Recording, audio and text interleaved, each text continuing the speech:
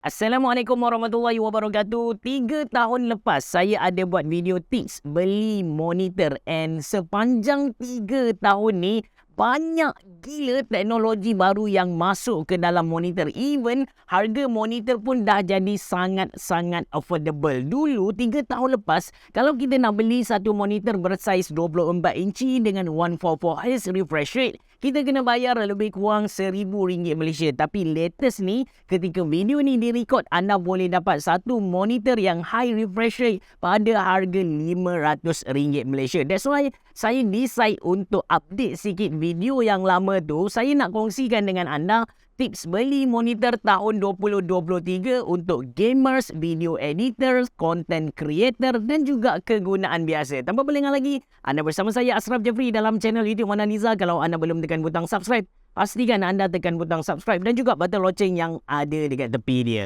Jom.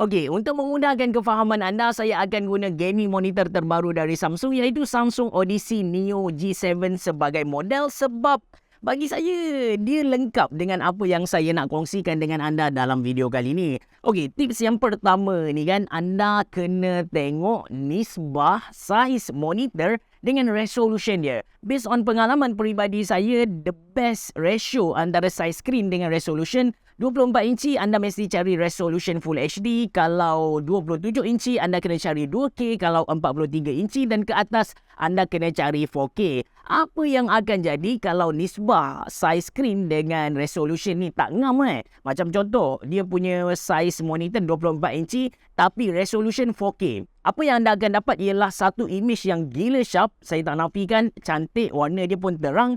Tapi untuk sesetengah keadaan, dia punya teks, dia punya ikon tu akan jadi sangat-sangat kecil dan benda ni mengganggu penggunaan anda. Dan apa yang akan jadi kalau anda punya skrin tu besar gedabak 43 inci macam Samsung Odyssey Neo G7 ni, tapi resolution anda Full HD. Image yang kita nampak tu bukan sahaja tak sharp, tak cantik, warna pun dia pun tak terang. Dan yang paling teruk kan, bila kita guna dia dalam satu jarak tertentu, kita akan mula nampak dot-dot pixel dekat display tu. Tak cantik guys. That's why anda kena cari yang nisbah dia ngam macam Samsung Odyssey Neo G7 ni. Alright, itu tips yang pertama. Tips yang kedua pula, kita kena tengok panel yang digunakan. 3 tahun lepas, kita ada 3 panel yang popular. Kita ada IPS, kita ada VA panel and kita ada TN panel. Basically, warna IPS panel lagi cantik compare dengan VA panel, manakala warna VA panel lagi cantik dari TN panel. Cuma isu dia, 3 tahun lepas punya isu, bila kita nak cari satu monitor gaming yang dia punya response time laju gila, IPS panel tak mampu nak deliver benda tu kepada kita. Nak tak nak, kita kena beli VA panel. Tapi itulah, bila kita nak dapat 1ms response time GTG dekat VA panel, kita kena korbankan kualiti warna yang IPS panel mampu deliver kepada kita. But worry not, anda dah tak perlu risau sebab untuk tahun 2023, kita dah ada teknologi yang mampu atasi kelemahan masing-masing. Macam contoh, IPS panel dulu tak mampu bagi kepada kita 1ms response time GTG. Dia hanya mampu bagi 1ms MPRT kan. Tapi sekarang dengan quantum IPS, nano IPS, kita dah dapat benda tu. The same thing goes to VA panel. Kalau dulu kita kata VA panel ni tak cantik, tapi kalau anda tengok Samsung Odyssey Neo G7, walaupun dia pakai VA panel dengan teknologi mini LED, dia punya warna tu lagi cantik compare dengan IPS panel. Personally, saya rasa the best warna ataupun display adalah dari OLED, lepas tu mini LED, lepas tu barulah pergi kepada quantum IPS, VA panel dan juga TN panel. Ini saya punya ranking personal lah. And benda ni kan sebenarnya crucial sebab dia melibatkan kita punya watching experience tu. Kita punya watching experience. Untuk gamers kegunaan biasa, mungkin kita tak berapa kisah tentang detail-detail seperti sRGB, ARGB, color gamut dan sebagainya. As long as monitor tu dia ada HDR10 Plus ataupun dia ada macam, kalau Samsung tu dia ada Samsung HDR600 macam Samsung Odyssey Neo G7, Bagi kita sebagai gamer dah mencukupi. Tapi kalau anda professional content creator ataupun anda video editor, graphic designer, anda memang kena take note gila-gila dekat sRGB berapa persen, Adobe RGB berapa persen. Anda kena pastikan semua benda tu minimum dia 100%. Minimum 100 bukan 80, bukan 76. No, kena pastikan minimum 100%. Kalau monitor yang anda nak beli tu ada calibrate and certified dari mana-mana, itu lagi baguslah. Okey, itu yang kedua. Anda kena tengok panel yang digunakan. Yang ketiga pula, yang ni untuk sesetengah orang dia macam abaikan. Dia abaikan. Padahal benda ni sangat-sangat penting, iaitu dari segi flexibility. Kita kena tahu yang kita guna komputer ni boleh kata macam 24/7 lah. Lama gila kita duduk depan komputer tu. Kalau kita duduk dalam keadaan posture badan yang tak betul, dia akan menyebabkan kita rasa sakit-sakit dekat tulang belakang kita. Ramai yang fikir untuk dapatkan posture badan yang betul bila kita guna komputer dalam keadaan yang lama, gaming chair adalah benda yang mempengaruhi benda ni lah. Saya tak nafikan, tapi sebenarnya yang lagi pengaruh kita ialah monitor tu sendiri. Bagaimana kita tengok monitor tu. Kalau monitor tu berada di tempat yang rendah, kita akan tengok ke bawah macam tu. Dalam satu keadaan, satu jangka masa yang lama, kita akan rasa sakit lah. Tapi kalau monitor tu berada tinggi dari kita, kita pun akan rasa sakit dekat belakang, dekat tengah-tengah antara bahu kiri dan juga kanan kita. So, the best ialah kita pastikan monitor berada eye level dengan kita. Dia berada di paras mata kita. Itu adalah posture badan yang betul. In order untuk bagi posture badan yang betul kepada kita, monitor tu mestilah boleh laras, boleh dongak kiri, kanan. Kalau dia boleh pusing pivot horizontal 90 darjah, itu kita panggil bonus lah, extra. Yang penting monitor tu mesti boleh diubah-ubah supaya kena dengan saiz badan kita. Anda kena tahu, setiap orang dia punya saiz badan, cara dia guna komputer totally different. That's why kita kena ubah ikut kita punya keselesaan. Katakan monitor anda ni memang kaku dah, tak boleh nak pusing dan sebagainya. Apa yang anda kena buat? Anda kena mount dia dekat mana-mana monitor arm. Dengan cara tu anda boleh baiki ikut anda punya posture badan. In order untuk kita mount monitor tu dekat mana-mana monitor arm, kita kena pastikan yang monitor tu ada VESA. Ada VESA mount dekat belakang dia. Macam contoh apa yang ada dekat Samsung Odyssey Neo G7 ni. Kalau yang ni, dia punya monitor arm tu memang mahal nak mampus lah. Dia punya saiz besar kot. Okey, itu tips yang ketiga. Tips yang keempat ni khas untuk gamers. Kalau anda nak beli satu monitor gaming, ada 5 benda yang anda kena take note gila-gila. Yang pertama, dia punya refresh rate. Untuk gamers, refresh rate dia yang paling rendah pun bagi saya 100Hz. Lepas tu dia mesti ada FreeSync. FreeSync ni tujuan dia untuk elakkan tearing, untuk elakkan stuttering. Lepas tu response time dia kena laju. Lepas tu dia mesti ada overdrive. Overdrive ni adalah satu teknologi untuk elakkan berlakunya ghosting ataupun motion blur. Dan last sekali bagi saya untuk gamer ni, dia mesti ada black equalizer.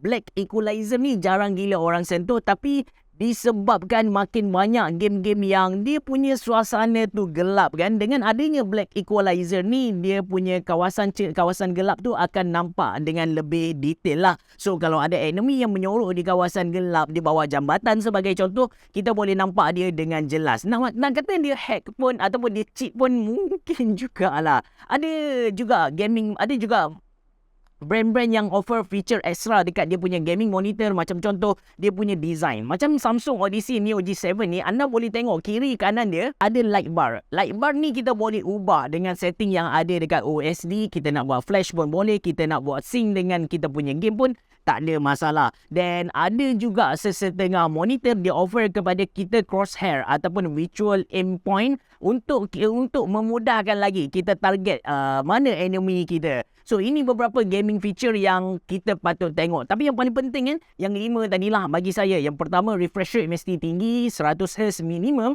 Lepas tu kena ada AMD FreeSync ataupun G-Sync untuk elakkan tearing dan juga stuttering. Lepas tu kena dia punya response time tu kena laju at least 4ms GTG. 4ms Kalau anda nampak 4ms MPRT, no, tolak tepi, itu bukan gaming monitor. Lepas tu kita kena tengok juga dekat dia punya dia mesti ada overdrive. Overdrive ni untuk elakkan ghosting dan juga motion blur, and last sekali kena ada black equalizer lah. Untuk tahun 2023 tak ada 5 ciri ni, bagi saya dia bukanlah satu monitor gaming yang bagus. Last sekali macam tadi yang saya cerita kepada anda, ratio size screen dengan resolution, lepas tu flexibility, lepas tu jenis panel, lepas tu gaming punya character, itu adalah 4 core lah yang paling penting untuk tahun 2023. Yang seterusnya ni bagi saya extra point. Yang pertama kan, benda yang saya cari dekat monitor ni bila kita tolak 4 yang tadi adalah senang untuk kita guna. Monitor ni memang senang guna. Kita ni just plug and play je, cucuk power, cucuk HDMI dan kita boleh guna kan.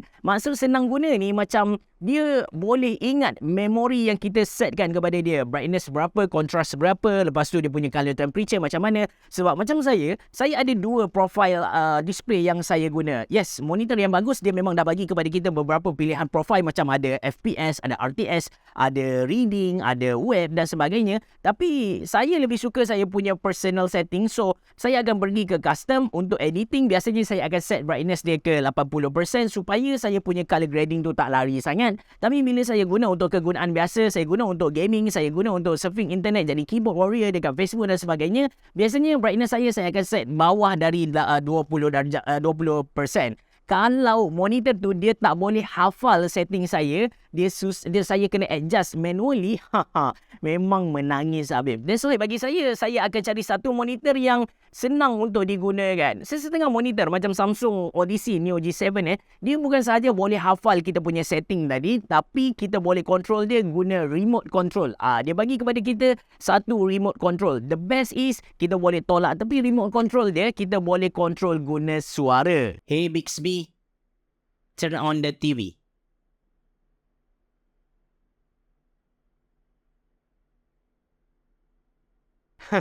Bijak kan? Boleh kontrol guna suara. Saya jumpa banyaklah monitor yang macam Samsung dia pakai Bixby. Saya jumpa monitor macam ada yang pakai Google Assistant. Benda ni sangat-sangat membantu. Seriously. Remote control ni somehow dia macam ajaib sikit lah. Kita letak dia di atas meja, kejap, dia hilang. Tak ada. Lepas tu kan, setengah monitor baru ni, saya tengok dia ada OS dia tersendiri. Dia macam smart TV lah. Monitor tapi dia ada dia punya own OS. Kita tak perlu nak turn on kita punya PC. Tak perlu nak connect dengan PC. Kita boleh layan YouTube. Kita boleh layan Netflix. Macam contoh Samsung Odyssey Neo G7. Seriously, benda ni sangat-sangat baru dan dia sangat-sangat memudahkan. Walaupun kita kata idea ni memang dah lama ada dekat smart TV, tapi dekat monitor benda ni memang rare gila guys. Rare gila. Ini first time lah saya jumpa monitor yang ada dia punya own OS. So kita tak perlu nak, macam saya bagi tahu, kita tak perlu nak pasang komputer. So kita just boleh layan Netflix, YouTube dan beberapa apps lain direct ke monitor tu sendiri. Last kali lah kan, kalau anda tanya saya apakah ciri monitor idaman saya suka gila monitor yang kita boleh guna menggunakan kabel Type-C. So kabel Type-C kita cucuk dari kita punya PC ataupun kita punya laptop masuk ke monitor kita, dia akan keluar display and automatically port-port USB yang ada dekat monitor tu pun kita boleh guna. Kita boleh cucuk wireless adapter mouse, kita boleh cucuk kabel untuk charge.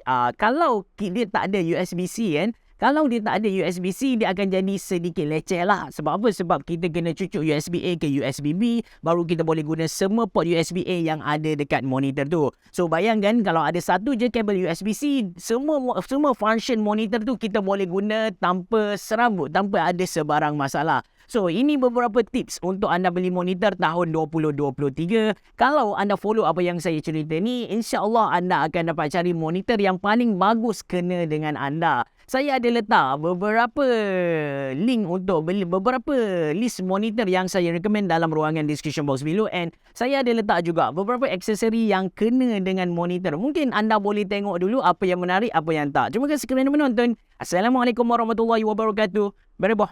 Jumpa lagi.